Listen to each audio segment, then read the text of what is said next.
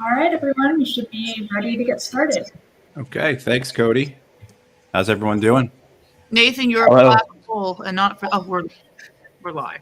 I won't make jokes about Nathan. Yeah, I'm not What? sure why my camera's not working. What happened to my camera? I can see you, but you cannot see me. I think you have the Yeah, blur same on with your me. camera. Do you have a privacy thing on your camera to like stop the CIA from spying on you? Not at all. Well, you probably Okay. should, given your line of work. But Okay, so we are actually live right now. We're going to work out Stefania's technical issues here on the fly. We're going to get Nathan to come back in. I think anyone who's been following what the American government has been doing for a decade and a half now would find it amusing that we are having such trouble as we try to talk about Julian Assange and WikiLeaks. But anyway, welcome to everyone who is joining us today. I'm Matt Ho. I'll be moderating this panel discussion. Certainly, what a week it has been. We're here to celebrate and discuss not just the past week, but the last 14 years. I mean, depends on when you want to start this. We can go back to 2006 when Julian Assange begins WikiLeaks. But we're here to celebrate and discuss. Certainly, there is so much to say. And what we're going to do here today is we're going to focus on journalism. There's so many parts, there's so many components that we could have a conversation on about the entirety of this case. But today we're going to focus on the journalism that exposed the truth of what was going on with the U.S. government's persecution, prosecution, and punishment of Julian. So, I mean, you can kind of look at it this way. The overall story here is about truth-telling. It's about Julian Assange exposing the crimes of the American empire. And today we're going to talk about the journalists who exposed the crimes of the American empire in their prosecution and persecution of Julian. So we'll get right to it. We've got four fantastic panelists. We could spend, an hour with each would not be enough. We could spend a whole day with each. But I want to introduce them to you all. I'm sure actually most of you know them. So really is an aspect here if you don't need introductions, but we're going to do so anyway. So Chip Gibbons is the policy director of Defending Rights and Dissent, where he has advised multiple congressional offices on reforming the Espionage Act. He covered Assange's extradition for Jacobin magazine. He is currently working on a book on the history of FBI political surveillance for Verso Books. Kevin Gosztola is the author of Guilty of Journalism, the political case against Julian Assange. He is also the editor of the newsletter The Dissenter at thedissenter.org, which covers whistleblowers, press freedom, and government secrecy. Stefania Maurici is an investigative journalist working for the major Italian daily Il Fatto di Anno. Among the international journalists, she is the only one who has worked on all WikiLeaks secret documents and has been engaged in a 9-year-old FOIA battle to defend the right of the press to access the full documentation on Julian Assange and WikiLeaks. Of course, her book is Secret Power, WikiLeaks, and Its Enemies. And then Nathan Fuller is the executive director of Assange Defense, the U.S.-based campaign to free Julian Assange, and a project of the Courage Foundation, an international whistleblower and journalist support network. All right, thank you all. Thank you all for joining us. This is meant first and foremost of a celebration for Julian Assange, for his family, for all that people like you and so many millions of others have been working for so long. So I just want to open this by each of you all taking 2 or 3 minutes and just basically saying what you're feeling in this moment, what this last week has been like for you. So we'll start with Chip, please. I was muted. So I just want to first start off by saying this is an amazing panel to be part of, and I am so privileged to be part of it. Like, Matt, I remember reading your resignation letter in my college dorm room. I remember watching the Collateral Murder video on Democracy Now! And to have gone from that role and like breaking stories on Democracy Now! About it. Kevin and Stefania, you are the two journalists I rely on when I have a question with the factual record. Nate, you are an unsung hero. You have done so much for so long, and I do not envy your job. I don't think you could pay me to do what you did. And I know a lot of this behind the scenes, and you haven't always been appreciated, but all of us appreciate you. And then Kerry Shankman isn't on this panel. He claimed he might listen. He is the espionage expert that I turn to when I, as an espionage expert, have a question. So I want to give him a shout out because he belongs in the same category as Kevin, Stefania, Matt, and Nathan. I was at the October 21 hearing virtually, as was Kevin and Stefania, where Julian Assange was so sick. And we had a conversation like this, Kevin, Stefania, and Ryan Grimm and I afterwards, and we were all horrified by how sickly he looked. And 2 months later, we learned he had had a stroke. So I was on the virtual hearing where Julian was sitting there having just had a mini stroke. When I was at the courthouse in February with Stefania, they had an iron cage in the courtroom for him, but he wasn't in it because he had broken his ribs and were too sick to come. And again, we knew about this CIA plot to kill and kidnap him, but part of the plot was if Julian Assange ever got to the airport and boarded a plane at Heathrow, the CIA would have snipers at the airport, great plot that would probably have no collateral damage at all, and would fire sniper rifles to hit the wheels of the. Somebody watched Rambo too many times, and because you were gonna, and to know that they were that know that I didn't know if he was gonna live to the end of the UK proceedings, nonetheless survive an extradition, to know that he has been tortured, arbitrarily detained, lawfully detained, but I would dispute the lawfulness of that detention, that they were willing to shoot his plane, to stage a car crash, to prevent him from ever getting to an airport, to turn on the internet, the TV, and see him healthy, looking very healthy, no shackles, no handcuffs, walking onto the plane with Jen Robinson and Barry Pollock, and then landing eventually in Australia and seeing John and Stella, John Shipping's father, and Stella Assange, I've had the privilege of getting to know, greet him on the tarmac. And even the New York Times, which is still doing this mealy mouth backbiting at him, even after he's free, even they had to say he got a hero's welcome. And, you know, to see that moment, it brought tears to my eyes. It was just I think it's overwhelming. It The is. whole magnitude of this, how historic it was, but the magnitude, just, you know, Kevin, how about yourself? This last week, how's it been for you? Because this is something that you have essentially built your career around.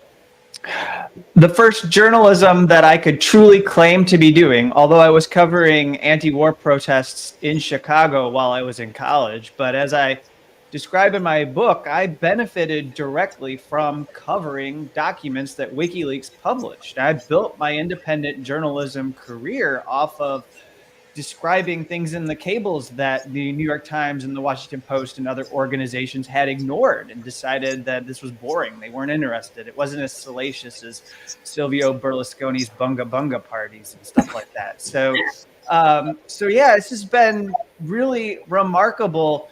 Obviously, it's cliche. It's very easy in these times to say things like surreal because you just, you kind of wonder, is this actually happened? Did Julian Assange step out of prison and he's no longer being slowly killed by the U.S. national security state?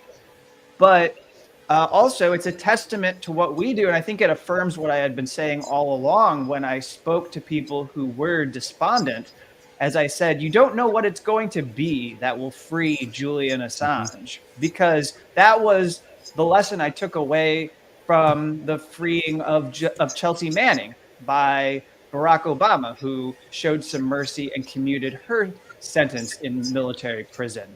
And that wasn't just because Barack Obama was doing that out of the goodness of his heart. It was because there were people who were part of the LGBTQ plus community that had her back as a trans military prisoner in Fort Leavenworth. And then they were maybe sympathetic to why she had blown the whistle and exposed these documents to WikiLeaks, but they stood up for her as humanitarians. And there were people all around the world, as you just described, Chip, the health issues that Julian Assange suffered, that were standing up for him.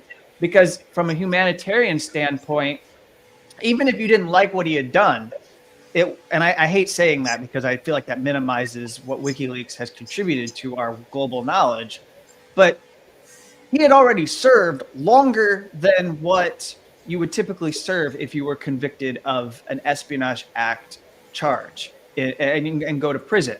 And so then it was like, well, how much more do you want, U.S. national security state? Because he has been punished. The process is the punishment. So I just say that looking at all of this, it really hit home for me how this global movement had achieved such a success, because all of these campaigners, like what Nathan Fuller had been organizing, and sometimes it's a little bit like herding cats, but trying to bring people together so that you could effectively take on this case. The human rights organizations, the civil liberties organizations that Chip's a part of, the journalist unions in Europe, the people in Latin America, these leaders, Australia playing a critical role in opening space for this. All of that, it just really hit home for me, the power of this global movement.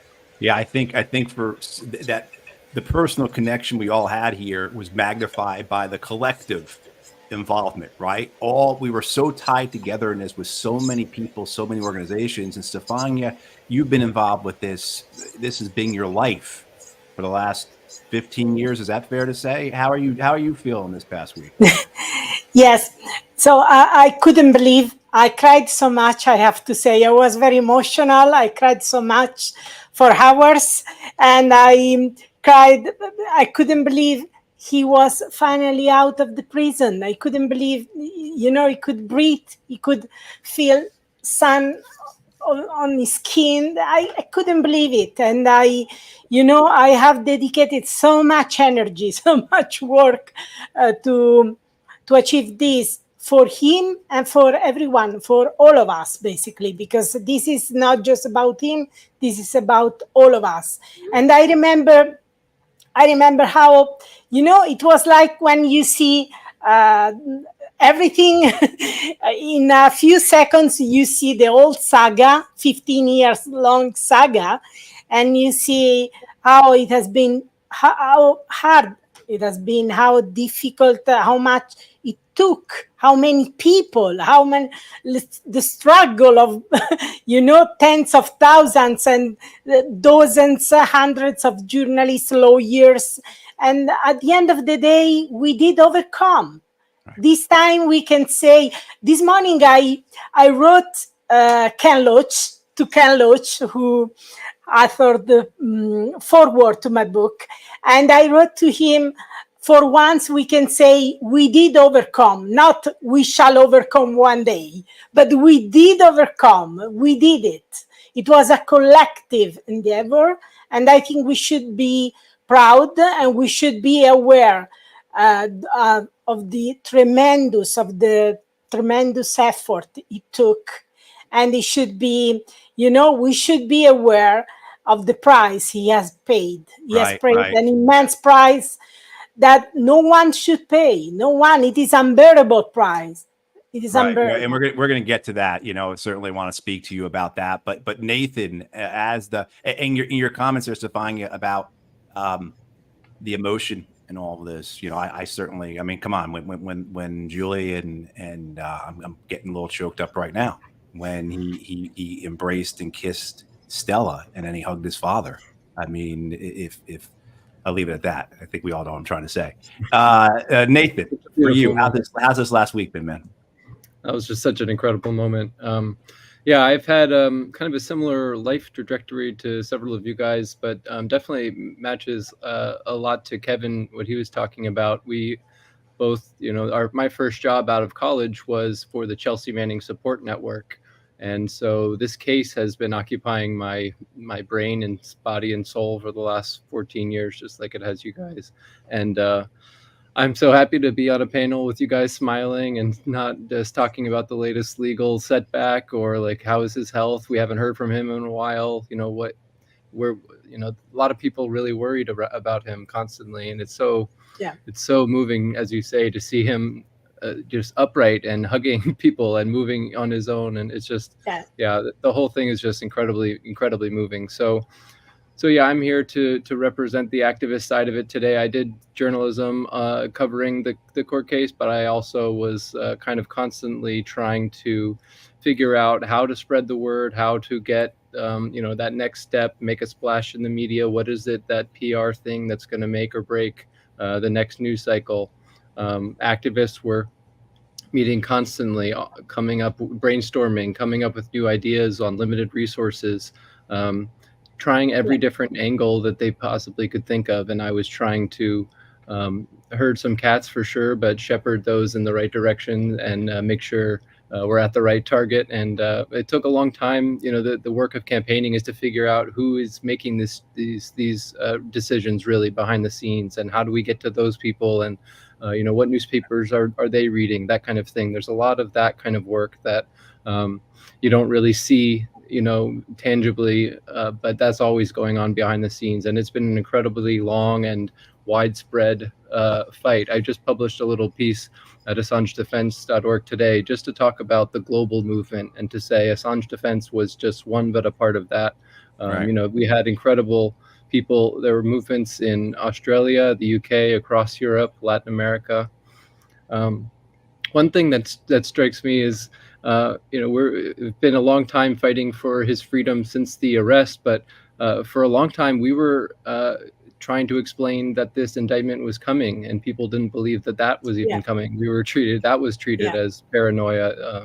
His political asylum was treated as paranoia, like that would never even come. So a whole lot has we've been here for a long time, and a whole lot has changed along the way. Well, one of the things that I think sitting here with you all is remarkable is the resilience, right? And I think about all the people who we have come across these last 14 years who have been resilient as well. Millions of people. Again, that's not hyperbole, that's not exaggeration. And the thing that kept them afloat, of course, was their beliefs in the principles of free press and free speech, the personal connection to Julian, to Stella, to their family. I mean, what we could see, what we can connect with, but then also too, the information that journalists were giving us, the story you're telling, and the lies that you're exposing. So I want to go to a round of direct questions to each of you. And Chip, we'll start it off with you. In that vein, a lot of us didn't know what the Espionage Act was. What are they charging Julian with? What are the indictments here? And when we started to learn about them, we realized that, okay, this isn't so straightforward. Could you talk to us about the indictments he was facing? Yeah, I'm going to go through the indictment and what he eventually pled to. Kevin and I have agreed to division of labor, where I will give the dry, pedantic legal facts that will put you to sleep, and then Kevin will give the exciting political analysis that will wake you back up. Matt was too polite to say that, but that is what we actually framed this as behind the scenes. So, Cody, if you could put the briefly up.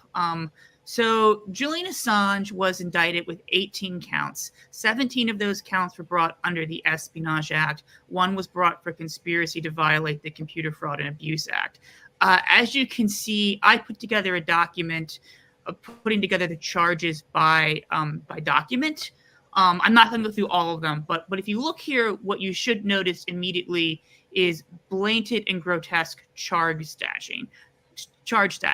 For example, Julian Assange Julian Assange faced 3 charges in addition to the 2 conspiracy charges, 3 charges under the Espionage Act for pure publishing information. These were brought under 793E. Someone without authorized possession of national defense information communicates it. This is the first time in history someone was charged under the Espionage Act for purely publishing. The only offense was he put these documents on the WikiLeaks website.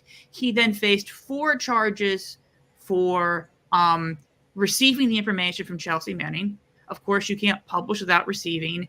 And then the remaining of the charges were these aiding and abetting charges, where Julian Assange was held liable for what Chelsea Manning had done.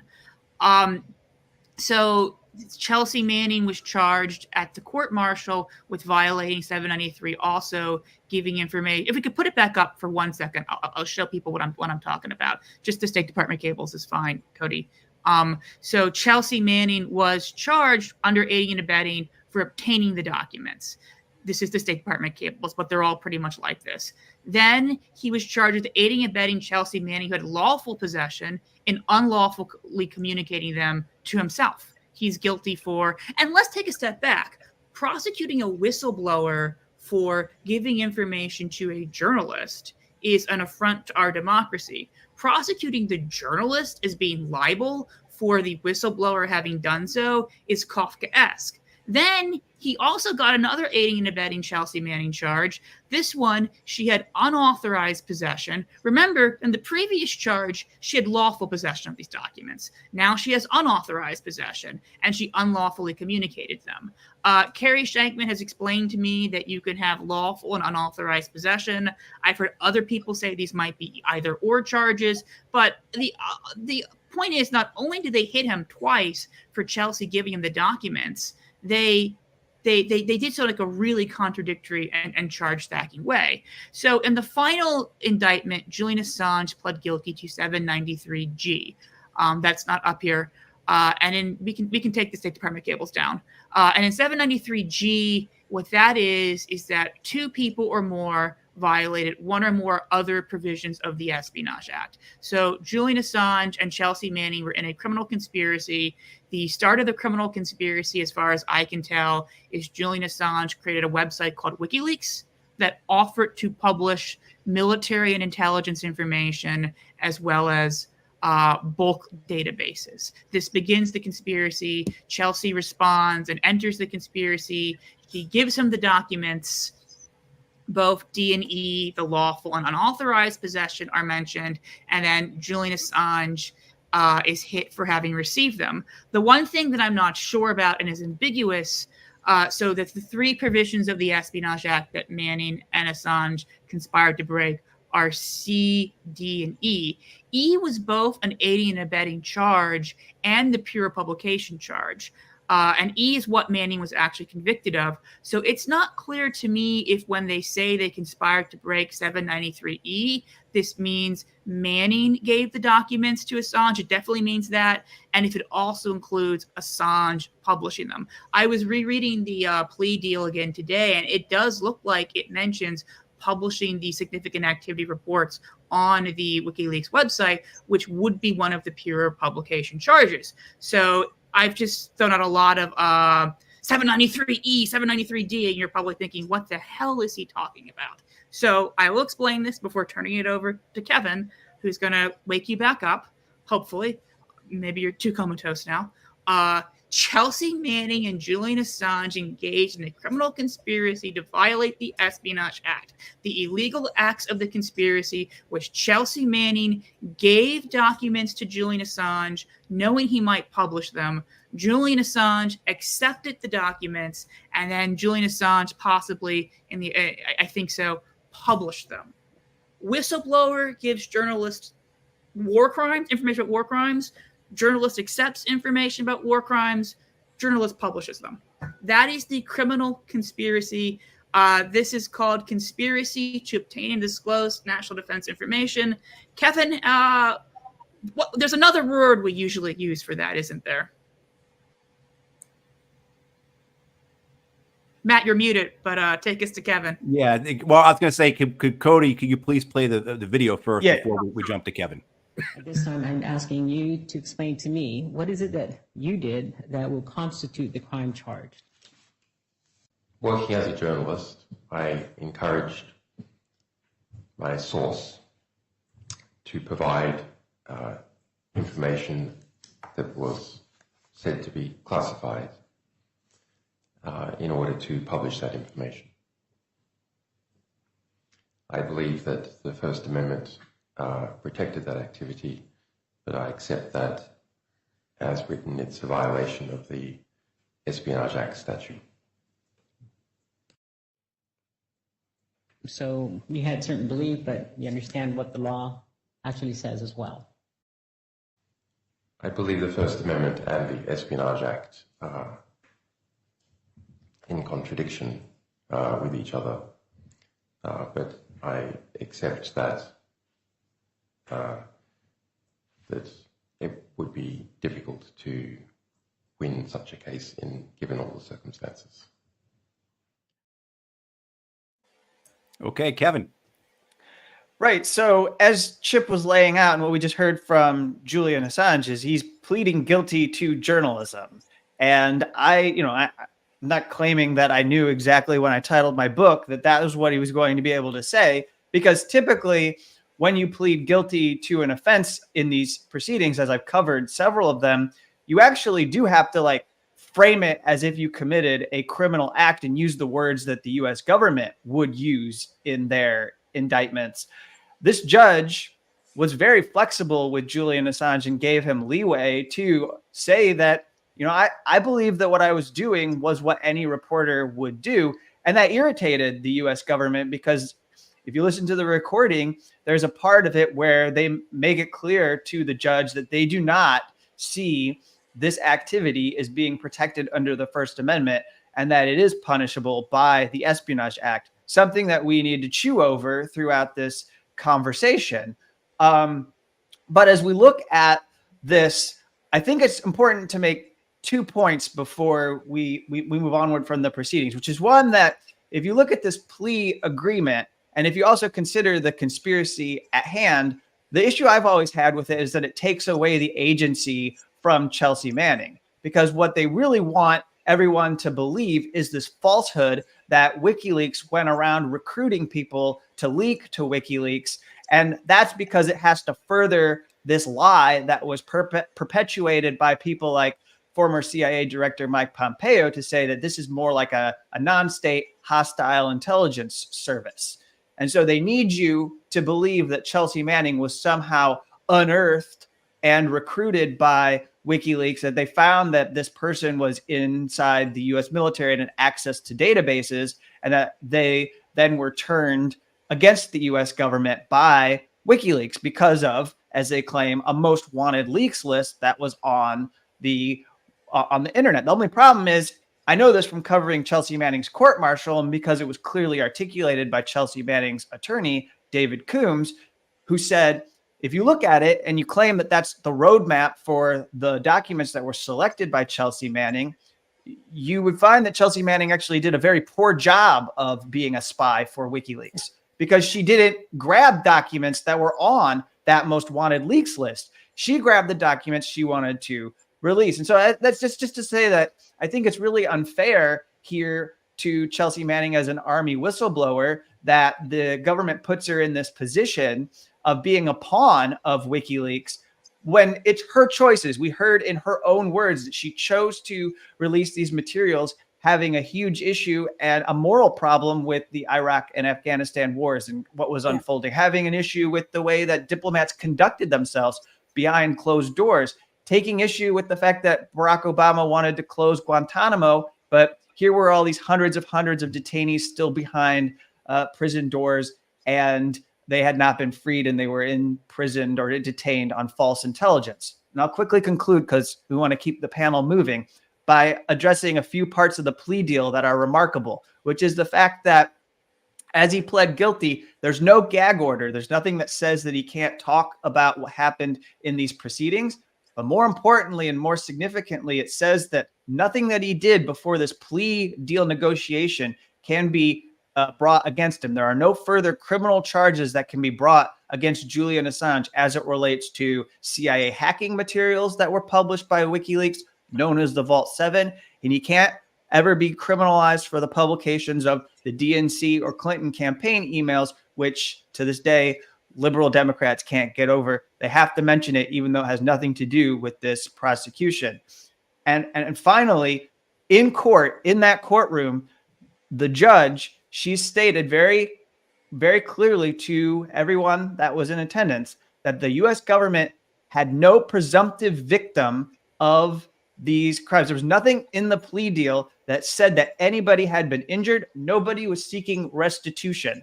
And I leave it for the later in the panel if we want to go into more and more of the lies that were told about WikiLeaks having blood on their hands. But that was just so critical, because much like what I observed in the Chelsea Manning's court-martial, here it was out in the open, no evidence whatsoever that any of these leaks had ever not just killed anybody, but injured anybody, because nobody was seeking restitution from Julian Assange.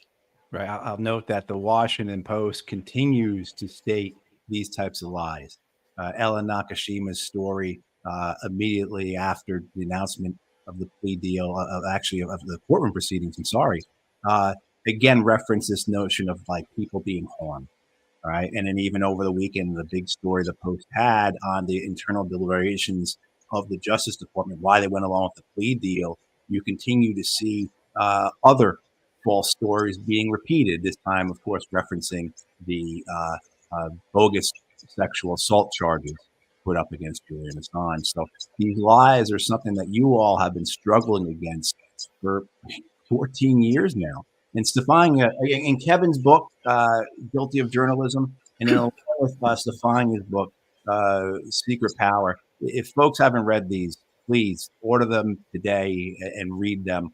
But, you know, the subtitle of your book, Stefania, is WikiLeaks and its enemies. And one of the things that you have expressed, you already expressed it today, the courage of Julian Assange, the courage of WikiLeaks, the courage of journalists like yourself. You all saw what was happening to Julian Assange, and you still stepped forward, as well as others, to defend him, right? But then the price that was paid, of course, obviously by Julian, but by others. So, Stefania, you want to talk for a bit about the courage and the pain, or the price that came along over these last decade and a half.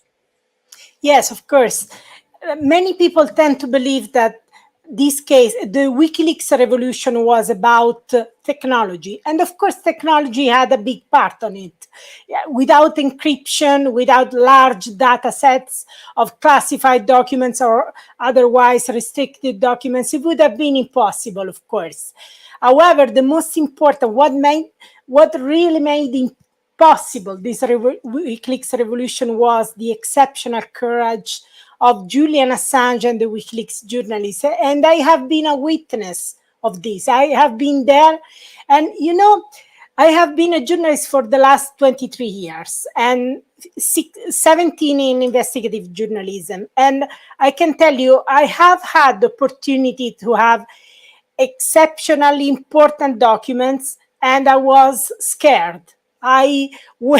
Before publishing some materials, I was thinking about the impact on my life, the life of my family, and whether I had the right to publish and to put them in difficulty, and how it would have an impact on their lives and my lives. And Julian and WikiLeaks, you know, they realized what was the exceptional risk of publishing the Afghan war logs, the Iraq war logs, the cables, especially the cables, and yet they did it. That's the real matter. And by going after them, by persecuting, I would say, not prosecuting, persecuting Julian Assange, the US authority tried to break down, to destroy his exceptional courage by breaking Julian Assange down. So that was the real matter, you know, that was the real matter. Let me add one thing about the victims, because, you know, you think you are talking about the Afghan war logs, Iraq war logs, cables, the Guantanamo documents. I was there. We were publishing in partnership. And I remember the work we did on these documents. And I remember I worked 8 months on cables before they were disseminated without any redaction on the 2nd of September 2011. So I worked 8 months to redact cables. And the reason why they were published without the redaction at the end of the day is because of actions of third parties on which Julian Assange and WikiLeaks had no control whatsoever. But, you know, what is one of the worst campaigns is that about the victims, because after all this work, after we put so much work, and Julian put so much work, and the WikiLeaks journalists put so much work to redact the documents, to make media partnership with people who had a local understanding, who had the understanding of the war on terror, Afghan war, and so on. After all this work, there was this devastating campaign about the blood on their hands. And now, after 14 years, finally, in this plea agreement, we can read that they were unable to identify any victim. Finally, they admit it. And let me tell you one last thing. It was the Obama administration who put Julian Assange and WikiLeaks under investigation. For the first time, they started it in February 2010. I have the documentation when they started this investigation. I got this documentation through FOI litigation in US, UK, and Sweden, Australia for the last 9 years. So, imagine now, let's focus on this investigation, which was opened by the Obama administration. If the Obama administration had any evidence of any victim, do you think they wouldn't have charged Julian? They never did it.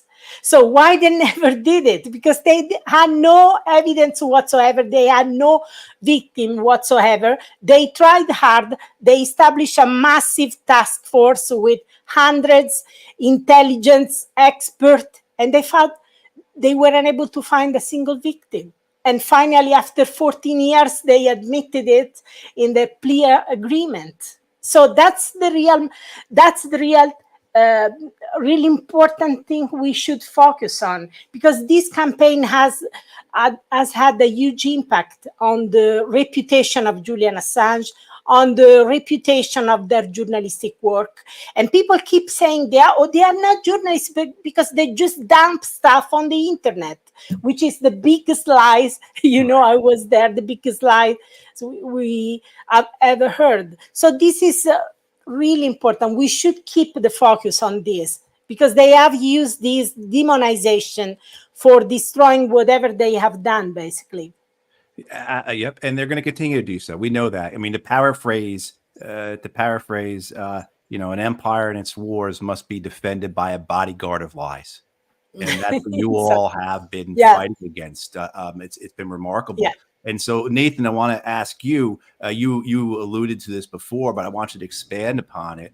How did all this work of these journalists tie into the work of the activists?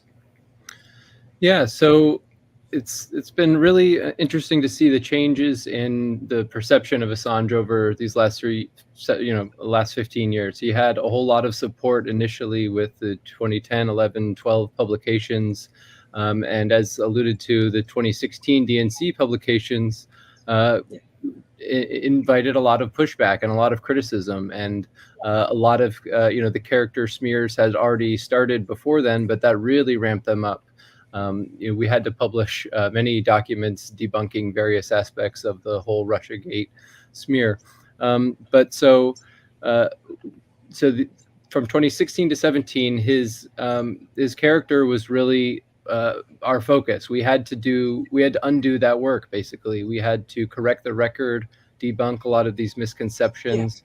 Yeah. And so in 2017, well before he was arrested, we had Lenin Moreno came to power in Ecuador and start to persecute Julian while he was in the embassy, start to criticize him, bogus allegations of bad behavior, cutting his internet, saying he can't make political statements, slowly ratcheting up the pressure, making it clear that he was an unwanted guest as opposed to a political asylee.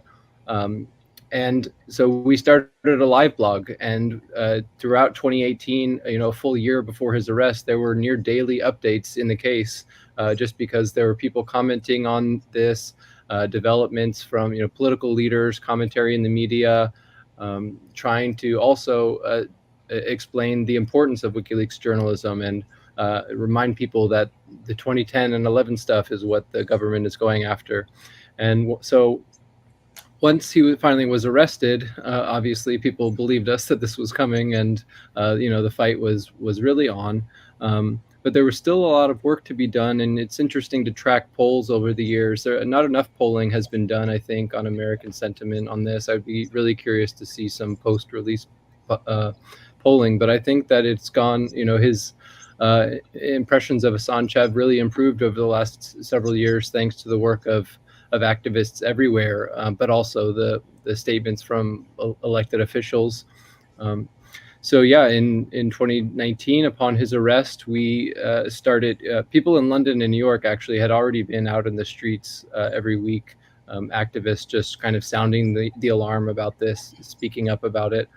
So I started meeting with fellow anti-war activists, as well as those who were meeting regularly, but groups like Code Pink, Vet for Peace, UNAC, Peace Action, ACLU offshoots, Amnesty offshoots. Yeah. These are the kind of groups that came together with volunteers who cared about this case and wanted to put their time into it. And so we started to form the Assange Defense, what became the Assange Defense Committee. We grew with branches across the country. Roger Waters came to tour the US, and we had tables at every single show. And that really helped us build our network into little cities that we never would have before. Julian's father and brother, John and Gabriel Shipton, came and toured the country, showing their film Ithaca, and that really helped us expand our reach. So it really took a lot of spreading the word and trying to change people's minds first. We felt like we had to kind of lay a foundation of getting people around the country to understand that this is not the person the media is portraying right now. There's a lot more going on here, that these last years of journalism are going on here, and that's what people are reacting to. And so it really took years of trying to build up this kind of institutional and cultural awareness of WikiLeaks' work. There's a young generation, Gen Z, that didn't have collateral murder as a formational point in their lives. So we had to kind of re-explain that again. And so it was a lot of that networking and building out this network that I think started to help change the tides, and that gave us a network that could then carry out campaign actions like Paula Ayesela's postcard campaign, or we have Halo Benson in Oklahoma sending out activist kits to stickers and buttons to others. We have this guy Nathan Williamson in New York floating a balloon in Grand Central, trying to with a message for Free Julian. People got really creative and thought of every possible action they could. I think calling Congress and writing letters to Congress and getting congressional members to sign a letter to the DOJ was really important also. That kind of legitimized us. We had people like Jim McGovern, Thomas Massey speaking out about this, and that really kind of it was acceptable also once Rashida Tlaib came forward and spoke about that. Rashida Tlaib, I think, was the first one or Ilhan Omar, right? Both of them were among the first to tweet that the prosecution of Assange is indefensible. And that totally legitimized us in the movement. It really made a big difference. And anyway, we built on that. And I won't take up too much time right now, but that was the formation for our network. You would think after all these years, I'd finally have the unmute thing straight, right? Just anecdotally, just the difference in opinion towards Assange, just the awareness, it's been incredible witnessing that these last, many years.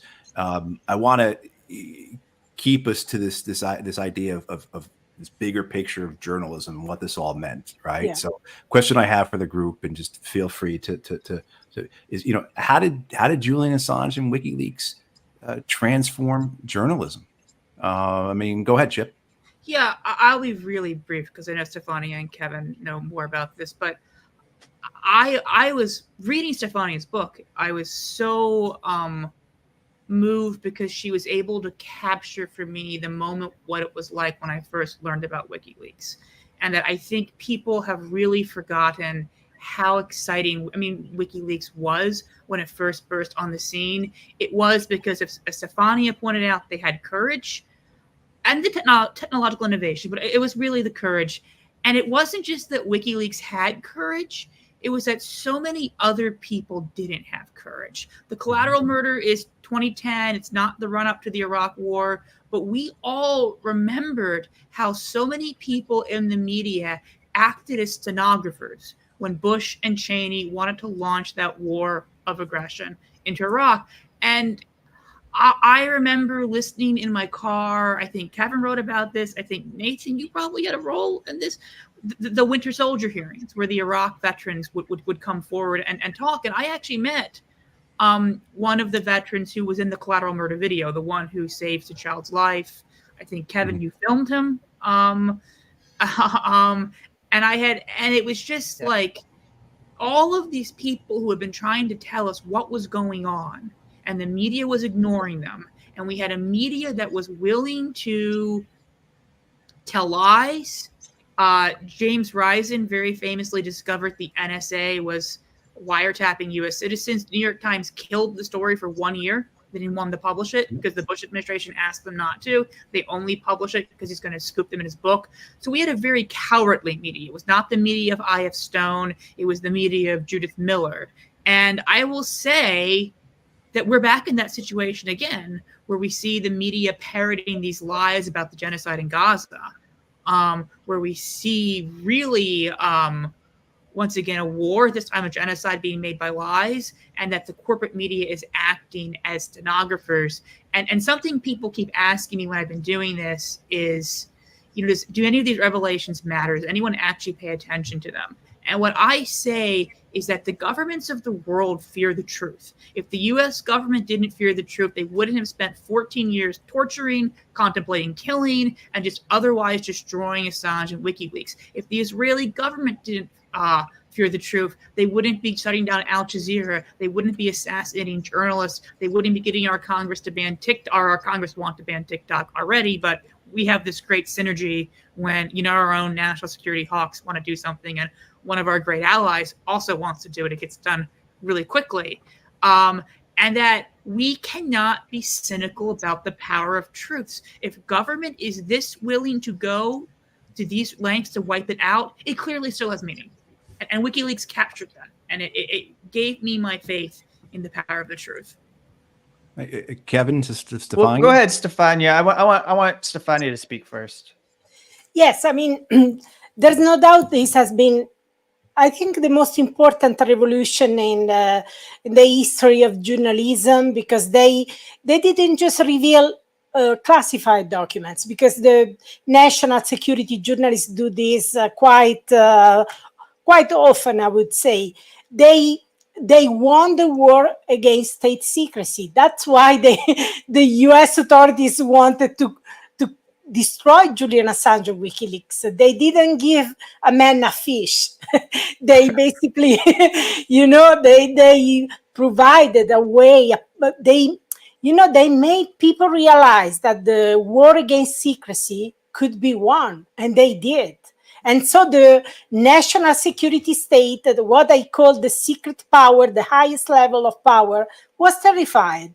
They were assuming the state secrecy was, forever, was going ahead forever. And they realized they were absolutely, they were absolutely at risk, the risk of losing control of their secrets. This made them mad, mad. They have a lot of dirty secrets. It was not just about revealing some classified documents, as the national security journalists do at the New York Times or Washington Post, with many negotiations with the national security state and U.S. authorities, like Chief Gibbons, who was telling us about the James Risen revelations. No, there had been negotiation between the New York Times, don't publish now, let's see. And James Risen had to scoop them by publishing his own book, So it was not like this. WikiLeaks didn't want this kind of compromise, didn't want this kind of negotiation.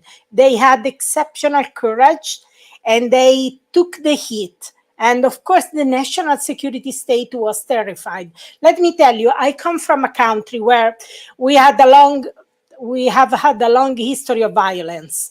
red brigades, fascists putting bombs in the trains and killing hundreds of people, and the families are still looking for justice. And we never, WikiLeaks and we media partners were revealing some data sets. These families were reaching me out and they were asking, could you please check whether there is anything about our case? Why? Because they realize there is no way to challenge this state secrecy using the traditional channels, prosecutors and, you know, the usual channels, FOI requests and so on. There is no way. So that's why, you know, that's why what I call the secret power one is upset about Julian and WikiLeaks, because they want this big fight against state secrecy. And the revolution has been, has been amazing. It has been copied by many. Let's not forget that their model of journalism had been copied by many. Let's not forget, you know, the Panama Papers and scoops like that. It was copied by many, but no one had the courage to do what they did. And in fact, we haven't seen the same persecution for the Panama Papers and for the other big scoops in the history of journalism. We haven't seen, you know, this large access by the ordinary people to this extremely valuable information. They publish revelations, but they don't publish the original documents as WikiLeaks has always done. And by publishing these, you know, these original documents, they have empowered large communities, scholars, activists, journalists around the world. This has been a massive revolution. Right. I mean, that's a huge, it still occurs where you have outlets that have the ability to link to the source documents as part of their story, and they refuse to do so. How many times we see that, just say even on a court proceeding, where the court filing or the court or what the court renders could be linked to, and you can include that in the story, but they refuse to do so because they want you to go through their filter. Kevin, I know you have thoughts on how Julian Assange and WikiLeaks have changed journalism. Yeah, and I know we're coming up on our hour mark, but if people are able, this is such a good conversation, I'd like to extend it for some additional minutes. As long as you all are able to. And yeah, I knew there was no way we were be able to do this in an hour. I mean, like I said earlier, I couldn't do this with each of you for 1 hour, let alone the whole group. I mean, so like, yeah, I mean, so please, yeah, go on.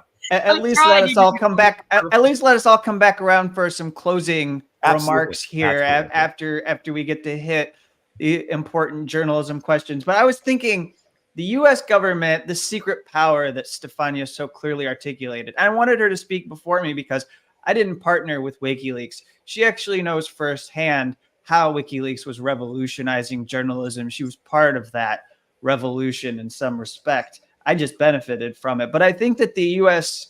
intelligence agencies, they don't really fear what's leaked today.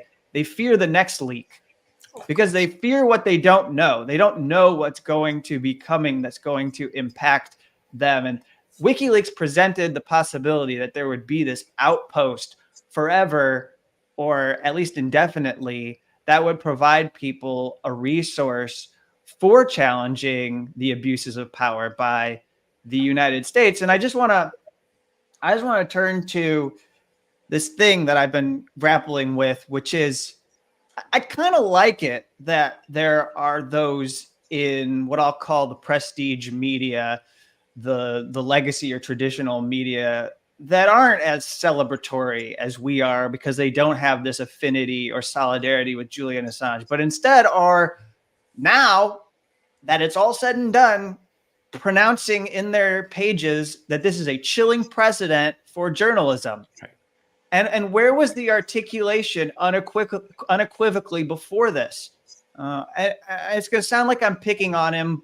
I kind of am. But Charlie Savage authored this article about this being a chilling precedent. And he wrote, I have this here, that it is bad for American press freedoms. He's not wrong. The agreement means that for the first time in American history, gathering and publishing information the government considers secret has been successfully treated as a crime. That's sort of what Chip said earlier. He's not wrong. But then he writes that people who are journalists might be chilled in how aggressively they do their jobs. But as you heard from Chip and as you've heard from Stefania, they were chilled or they weren't doing their jobs before they were attacked by the government. So what does it mean now that they tell us that they are upset by this precedent when they sit on stories about Saudi secret drone bases that they don't publish? When they know the identity of somebody like Raymond Davis in Pakistan, who creates this huge uproar and scandal for the Obama administration in Pakistan, it turns out he's working for the CIA. He's not just some like random contractor that happened to be caught up in some issue. And they're telling us lies, and they're sitting on stories that unravel these lies. And then they say leave some stories unreported out of fear that they might be prosecuted. No, leave some stories unreported because you identify with the U.S. government so much that you don't feel like sharing these stories with us. That you are, I cannot stand how many articles have said, and this was what the New York Times did, that Julian Assange timed the releases of the DNC and Clinton campaign emails so that they could hurt the Democrats in 2016. No. He did what every editor of any respectable news media organization would do. He published those materials when he knew they would have the most political impact so that they could have the widest reach and so that they could affect a political outcome. That is what journalism should do. It empowers us to create change. And the fact that there are so many people at the New York Times and beyond that are reticent to see their work as an extension of promoting human rights and justice, which should be universal principles, that is something that they need to confront within themselves. I'll just close because we believe, based on the reporting that has come from the Washington Post, as well as a very sloppy and shoddy piece of reporting by the New York Times, that the First Amendment question, that they were going to have an appeal hearing on this First Amendment question, is a big part of why we got this plea deal in the Assange case. And people should just reflect on how that First Amendment issue is what led us to this point. And the fact that they aren't exercising their First Amendment rights to the fullest every single day, but Julian Assange was, even though he doesn't have First Amendment rights according to our U.S. Supreme Court. I don't know. I think there's a lot that they need to grapple with. Not me, Stefania, Chip, Matthew, Nathan. We've all been addressing these questions for the last 5 to 14 years. But some of these people today are just waking up to the world that is the post-Assange guilty plea. You know, I saw someone else say that the people who benefited the most from this decision in terms of who has been strengthened in all this are the lawyers that these media outlets employ, right? So now everything has to go through the lawyers. I mean, it did before, but now everything is because you have this precedent. And I know there's a distinction between a precedent and a plea, how it's not really a precedent and a precedent decided by a court. I understand all that, but you have this now where, okay, lawyers are really going to have to vet everything at these mainstream places, and they're going to do it to protect themselves and give up that First Amendment right that they have. And Nathan, do you have anything you want to add about this, how Julian and WikiLeaks have transformed journalism and media? Yeah, and that those lawyers are only going to further provide excuses to hold things up and continue this the way things go. No, but I mean, you guys have all spoken really well about how WikiLeaks has changed journalism. We've all seen the Washington Post secure drop page where they say they actively encourage, if you have any classified documents, please send them to us if they're in the public interest. So whether they want to admit it or not, this, the way Assange has executed his journalism has completely changed the way everyone else has had to do theirs. I appreciate you guys laying it out the way that you have. You know, one of the things I was thinking of as you all are discussing how things have changed is the first time I ever publicly commented on WikiLeaks was April of 2010 for the collateral murder video. Myself and another veteran, we were on MSNBC and we were asked what do you think of this? What do you think of this video being shown? And both of our responses were, why are people shocked? What did you think we were doing in Iraq for the last 6.5 years? It gets this idea of exposing the truth, letting people know what's actually occurring. This is a question I wanted to ask you all too, because I feel that you all have, we've seen some of it already. So we've hit on Charlie Savage, we've hit on Ellen Nakashima, we've hit on some of the organizations, some of the folks, people who've been working so hard. But in terms of, in this moment, who should we be recognizing? One or two people each, positive, negative, however you want to do this, give you a chance to vent, give you a chance to celebrate somebody, give you a chance to recognize somebody. In this moment, who should we be recognizing for their role in these last 14 years, either the good or the bad? I want to give a huge shout out to the Progressive International for organizing the Belmarsh Tribunal and for holding it in Washington, D.C. When they told me they were going to do an event in D.C. about Julian Assange at the National Press Club, I was like, okay, no one will come. I was wrong. And they had a full house. They had members, they had congressional staff there. That event directly led to the situation where we had a member of Congress lead on this issue. I can't say a lot about closed door things, but I was at the meeting where Tlaib agreed to finally, not just finally speak out on Assange, but to lead the letter. I mean, there were other people who had made comments, but Nathan knows this, and I'll say this publicly. We had a letter ready to go.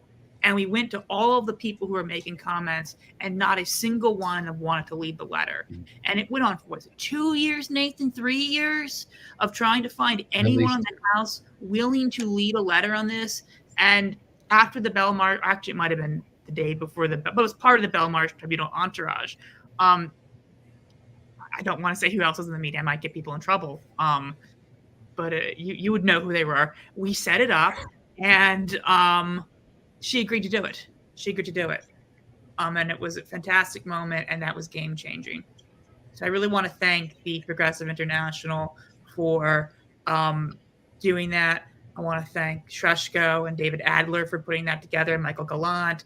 I want to thank Jeremy Corbyn, especially want to thank Jeremy Corbyn and Stephen Donziger and Amy Goodman for coming to it, because those were three names that pushed people on the Hill who were on the left but had heard all those smears about Julian Assange. They saw Corbyn and Amy Goodman and Stephen Donziger, and Stephen Donziger was very popular for the Congressional Progressive Caucus. When they heard those voices, it moved people. And I still will be walking around the Hill sometimes, and people will pop out and say, "Oh, you were at that event with Corbyn and Donziger." It's like, oh, great.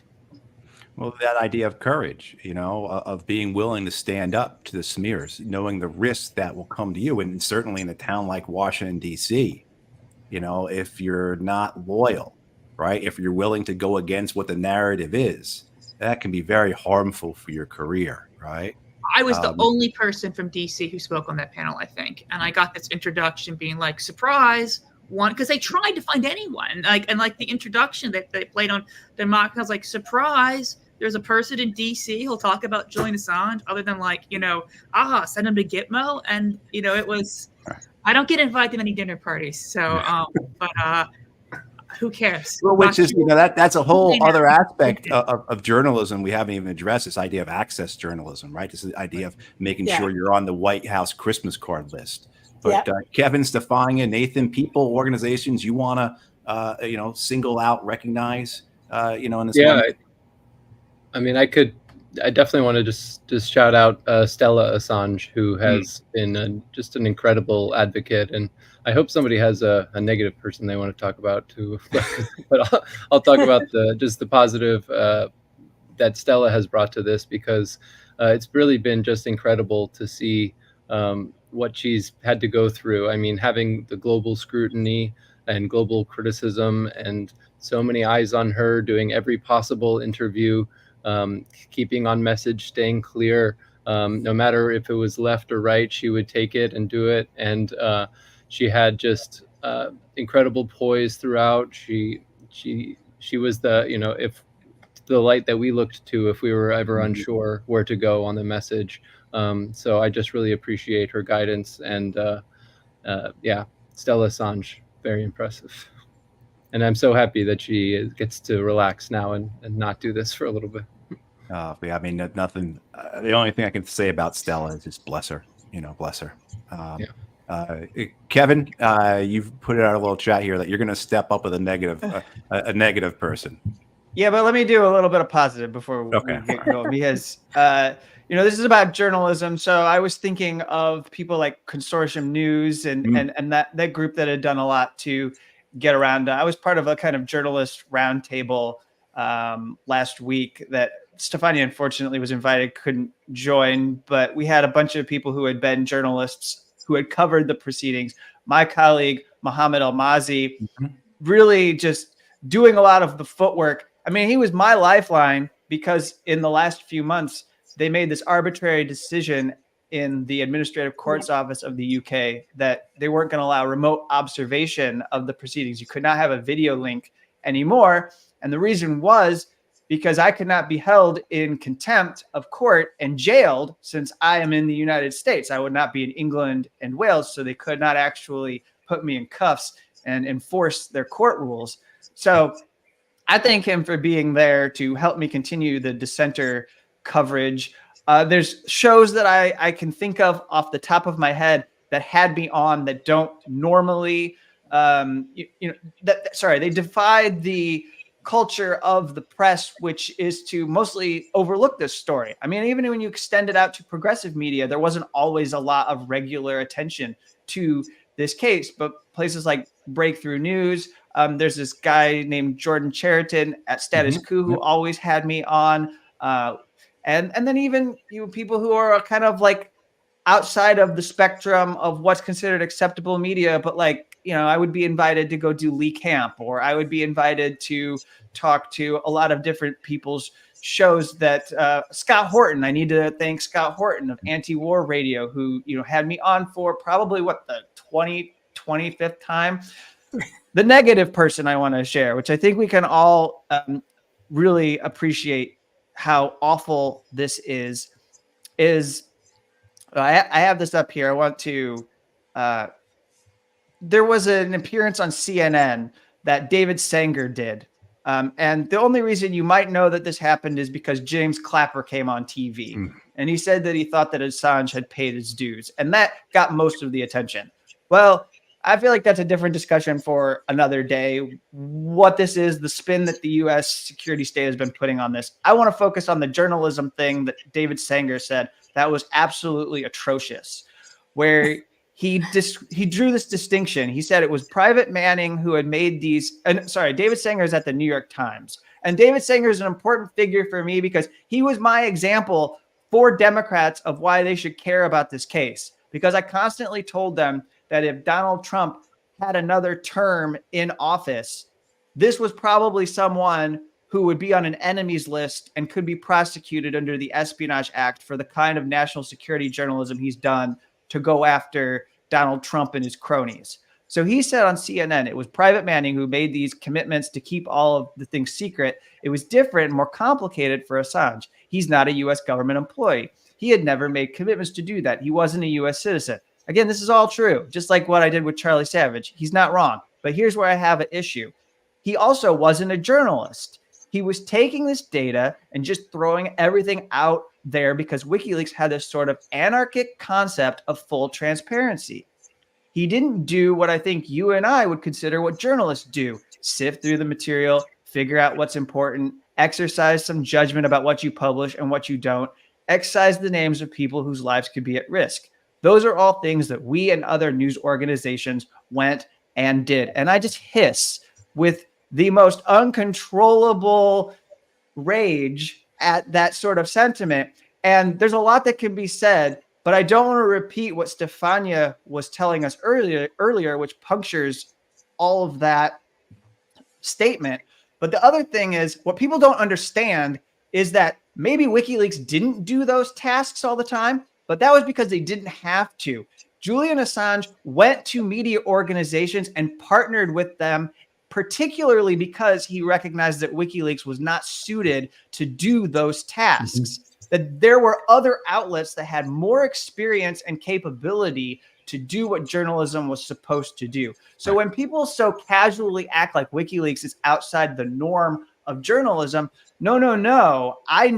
I know from covering this, so does Stefania, and so does Chip and Nathan from following this, that they looked for these media organizations that were reputable, those journalists that were, like, let's say Andy Worthington, who did tremendous work on Guantanamo Bay, could be brought in to really make the Guantanamo files impactful. They found journalists in Haiti that could do the work of making sure that those had impact.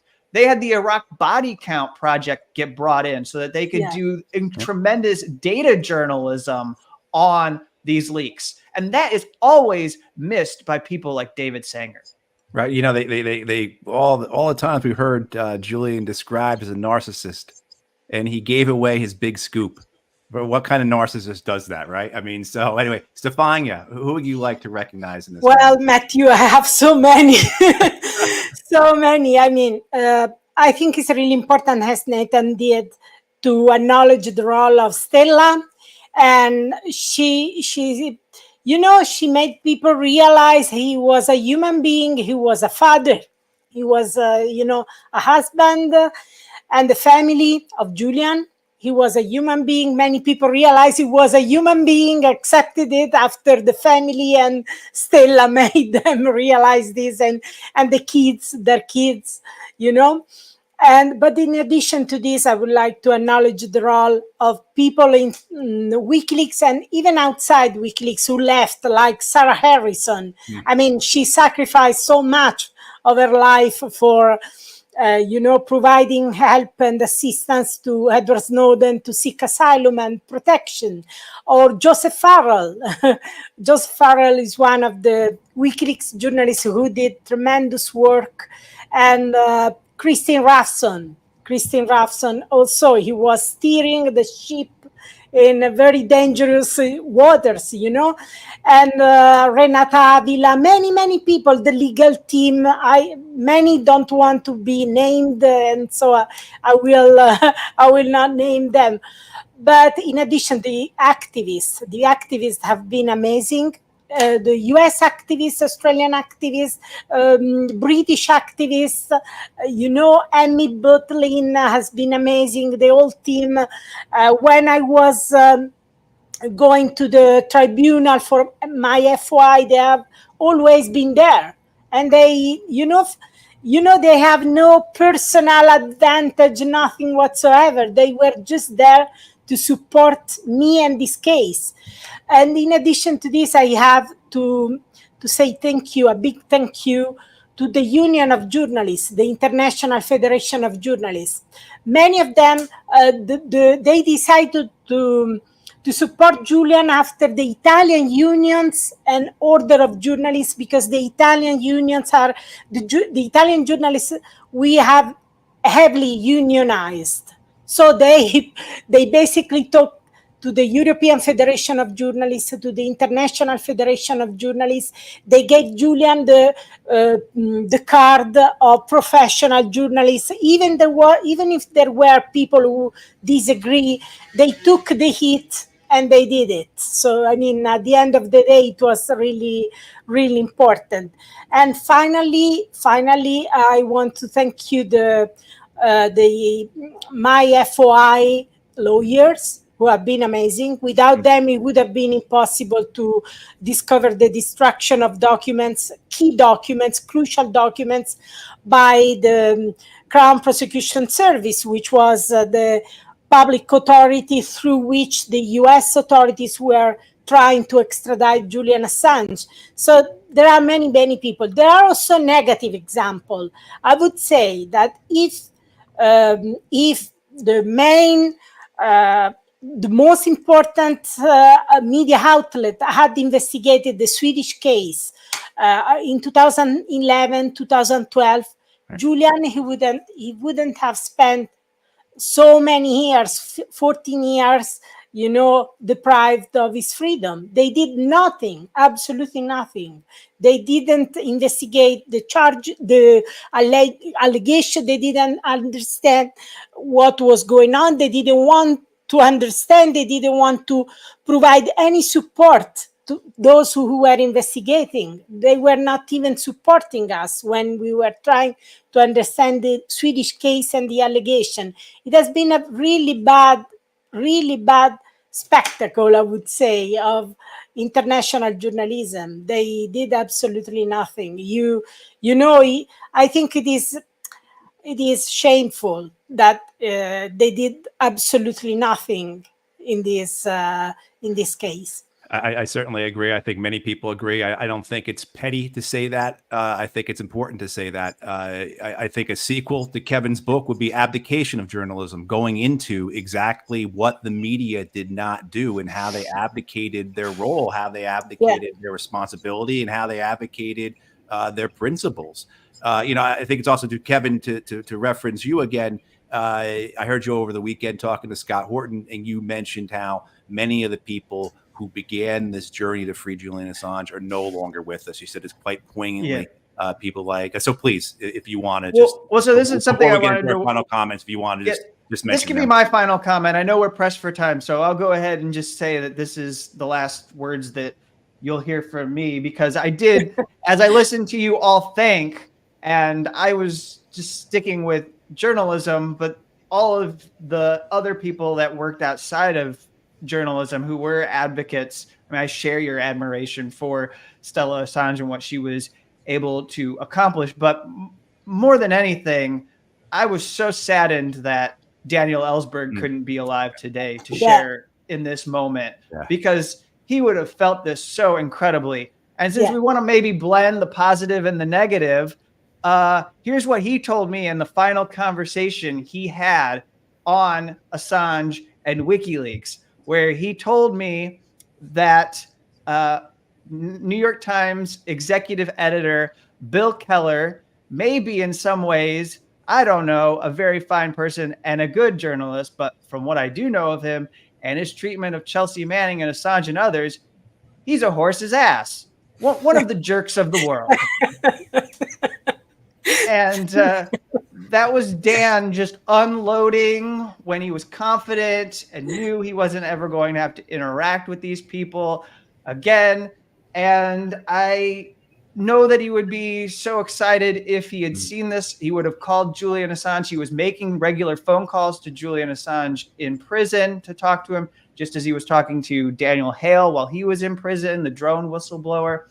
And then if I can conclude, and I know these people because this was part of the argument in the extradition case about the passage of time. It was the people that Julian Assange had lost who were his mentors and his or his father figures, for lack of a better term, that people like Michael Ratner are not here to celebrate, who maybe doesn't get enough attention because he was there before the indictment, because he was the person who was making the case to the public for why he was justified in his paranoia. You know, you hear that underlying the way that the coverage of the plea deal was put forward. There's like a number of correspondents for the more legacy or mainstream press that were just kind of like, well, I don't understand his paranoia about national security agencies. Well, you know, Michael Ratner was making it very clear to people why he needed to be in that embassy. Gavin McFadden was a journalist who was very supportive of Julian Assange. Matt Kennard, I leave you to go look at the way that he's spoken about Gavin and Assange to see the impact that he had made. Declassified UK is another outlet that I should have mentioned while I was thanking people, because they were my way of understanding what the UK courts were doing to Julian Assange and understanding how corrupt that royal court justice system is in the country. And then, you know, finally, I am glad, and this is a positive, that Noam Chomsky, no matter how much the media tried to that one day pronounce him dead, he was alive and he got to see Julian Assange walk free. And, you know, I don't need to say anything after that. And the fact that Noam Chomsky survived his health episode and could see this, and maybe at some point we'll get to see Noam articulate what it meant for him to walk free. But I firmly believe, if we're going to move away from just thanking people and just, this will be my overarching closing statement, I firmly believe that the precedent of the plea is not more dangerous than the fact that the U.S. government was willing to prosecute Julian Assange, indict him, and keep him in Belmarsh prison for 5 years. And the goal that I believe the intelligence agencies wanted to achieve was that Julian Assange would undergo a slow death and never walk free from Belmarsh prison. That I believe that that was what they saw as an acceptable outcome to this prosecution.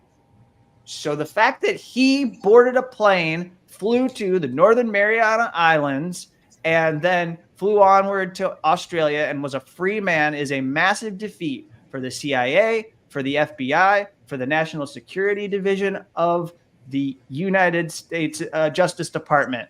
And, you know, we did dodge one. We dodged one. Much like Daniel Ellsberg would say he dodged one, we dodged one with Julian Assange, because all of the reporting, the access journalism from Washington Post suggests that this case collapsed for the Justice Department. And that's for us to grapple with in another panel discussion. That's for us to deal with in the future about what are the ramifications now for freedom of the press now that Julian Assange is free. Right, that's a whole separate panel discussion. There's so much we can talk about here, but yeah, let's wrap up. Unfortunately, you know, we're at that point.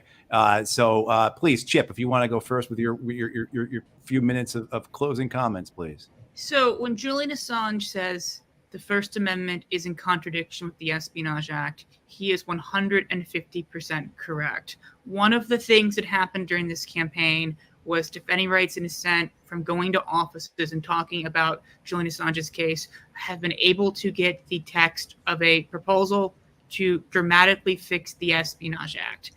If we are in a situation where we have a law on the books that is fundamentally at odds with our First Amendment, and that law is being used to coerce someone into pleading guilty to journalism, which is protected by the First Amendment, now is the time to strike at that law. It is great that Julian Assange has gone free. I hope he takes time to recover. Like Stefania said, no one can ask more of him than what's already been asked. But those of us who have been fighting this, we need to now take the fight to the Espionage Act. That's a really big thing to do, and almost no one I've spoken to thinks it's possible. However, I remember when they said Obama might commute Chelsea Manning's sentence, people telling me not to do a campaign around it. People telling me not to write to Obama because Obama would never commute Chelsea Manning's sentence. She should have gotten a pardon. It wasn't an imperfect victory, but he commuted it. And people said we would never win with Julian's case. Okay, and we all saw Julian get on that plane, on that tarmac. So we're 2 for 3 right now. Everyone said we couldn't do it. Let's keep fighting. The other thing that is on my mind, and that Defending Rights Dissent will be doing next, because we put a lot of time into this, is we want to put together a campaign to uplift the people who are telling the truth about the war in Gaza, which is, I think, in spirit for what brought us all together. I don't have concrete plans about that. We're going to be meeting about it this week, my boss and I. But we're really interested in uplifting both the voices of the people in the State Department who, like you, Matt, have resigned because their conscience could not take being complicit in genocide anymore, as well as call attention to the fact that our government is providing the weapons that is being used to assassinate journalists. There is a collateral murder every day in Gaza. Right. Yeah. Well said, Chip. Well said, Chip. So, Stefania, your final comments, please. Me? Yes, please. Yeah.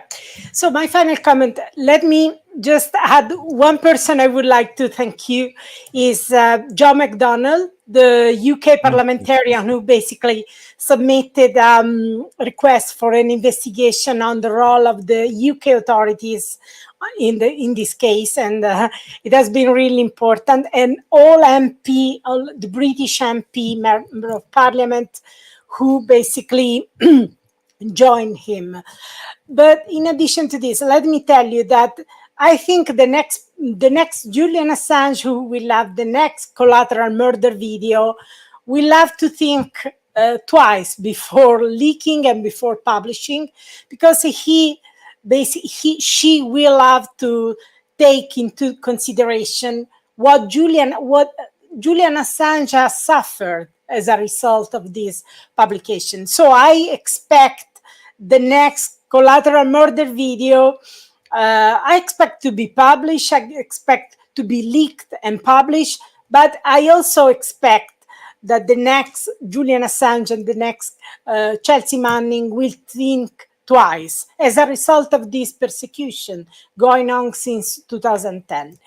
In addition to this, let me tell you that I totally agree with Chip Gibbons when he says we have to fight the Espionage Act, and this must be, a big fight which involves, journalists around the world, because with the Julian Assange indictment, they made clear they won't stop at U.S. journalists. They feel the right to indict anyone. It doesn't matter whether you have a collateral murder video, whether you have documents about the Ramstein base, military base in Germany, or whether you have documents about Sigonella, the drone base, which is together with Ramstein is at the center of the drone war. So they go after anyone everywhere. So this has been, this must be a fight involving many journalists around the world. And we have to use this amazing, this amazing campaign, this amazing energy, this amazing confidence we gained thanks to this case in order to fight for the next collateral murder. I absolutely think it would be impossible. And unless we do it, no one will do it, because we have seen how the mainstream don't do it. They don't do it. Right. Chip and Nathan, add that to the list of other panels you have to do, right? A panel of what comes next. What do we have to do next? Pardon Assange, certainly a campaign that is already underway. But Nathan, your final comments here, and then we will close out. Yeah, I definitely wanted to note that this is not the final word from Assange defense, but just on the thanking people and noting people, I was really glad Kevin mentioned Michael Ratner. I remembered meeting him at Chelsea Manning's court martial. He was in this from the start, and I really wish he could have been there. And another person like that, in that vein, is John Pilger, who was a really big influence on Julian. He was at all of those early meetings in London that I was at. Kevin Zeese is another one. We've lost a few activists along the way as well. And so Kevin Zeese is someone I wish could have been here. There's someone named Eric, a 93-year-old man in London who had been to all these protests every day. And then here in New York City, Marty Goodman passed away just about a month before Julian was free. And I was at his memorial and speaking about his contributions to the Assange movement, and everyone was just inspired by him. He was always the first one there, always had a banner or protest, graphic ready to go. So he was a total inspiration, and I really wish he was there. So so many people to thank. We lost a lot of people along the way, and that kind of shows just how long this fight has been, just over lifetimes. This will not be the last word from us. Assange defense is going to continue to fight for a pardon. Courage is going to continue to fight for a reforming or repealing of the Espionage Act, because it's a threat to journalists everywhere.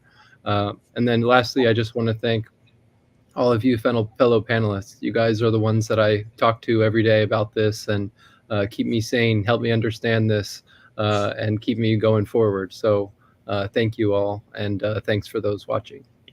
All right, and thank you very much. I want to thank Defending Rights and Dissent, the Assange Defense, and the Courage Foundation for putting together this panel, for all the work they've done. Thank you to the four of you. Honestly, my God, what you all have done. And of course, to everyone who's watching, thank you for your support of Julian Assange and his family, your support of free speech, free press, the right of a people to know what their government is doing, the right of victims to be named. Something that Stefania, you talk about that really matters so much. But we could keep going, of course, but we'll end it here. Thank you all for watching. I think we'll continue to celebrate Julian's release, even as we have to continue the fight going forward. So thank you all for tuning in. Thanks, Matt.